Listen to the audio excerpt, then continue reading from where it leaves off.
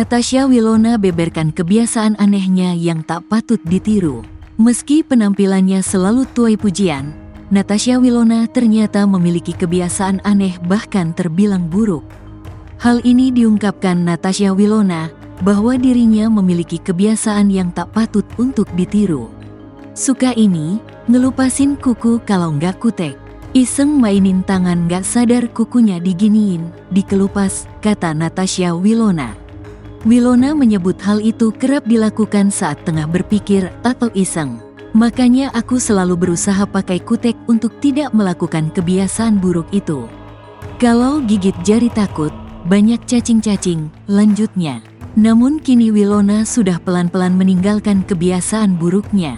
Selain mengelupasi kuku, kebiasaan buruk Wilona lainnya yang suka menggigit bibirnya saat gemas. Itu kalau lagi greget. Namanya manusia wajar kalau kita lagi kepikiran sesuatu kayak gitu wajar. Kan gigit bibir kita sendiri, kata Natasha Wilona. Wilona menjadi salah satu artis yang memiliki banyak penggemar. Ia kerap dipuji lantaran memiliki paras yang cantik. Namun, Wilona mengaku tak pernah merasa jika dirinya cantik. Aku nggak pernah merasa cantik, yang ngomong itu orang lain. Setiap ditanya aku ngerasa biasa aja, masih banyak yang lebih cantik. Kalau kita pergi keluar sana, fisik bukan segalanya dan bukan tandingannya. Mungkin perspektif orang, cantikan relatif, pungkasnya. Natasha Wilona ketagihan main film horor karena sensasinya yang seru. Terhitung film horor yang dibintangi mantan kekasih Verrell Bramasta, Natasha Wilona sudah ada 5 film horor. Artis Natasha Wilona antusias membintangi film horor bermula dari kemarannya nonton film horor dan juga thriller. Film horor terbaru yang dibintangi Natasha Wilona adalah film berjudul Janji Darah.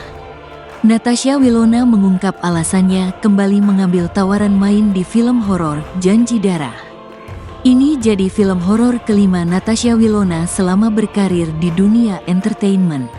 Selain film drama, Wilona memang cukup sering membintangi film horor. Rupanya alasan Wilona sering ambil film horor karena dirinya memang senang nonton film horor dan juga thriller.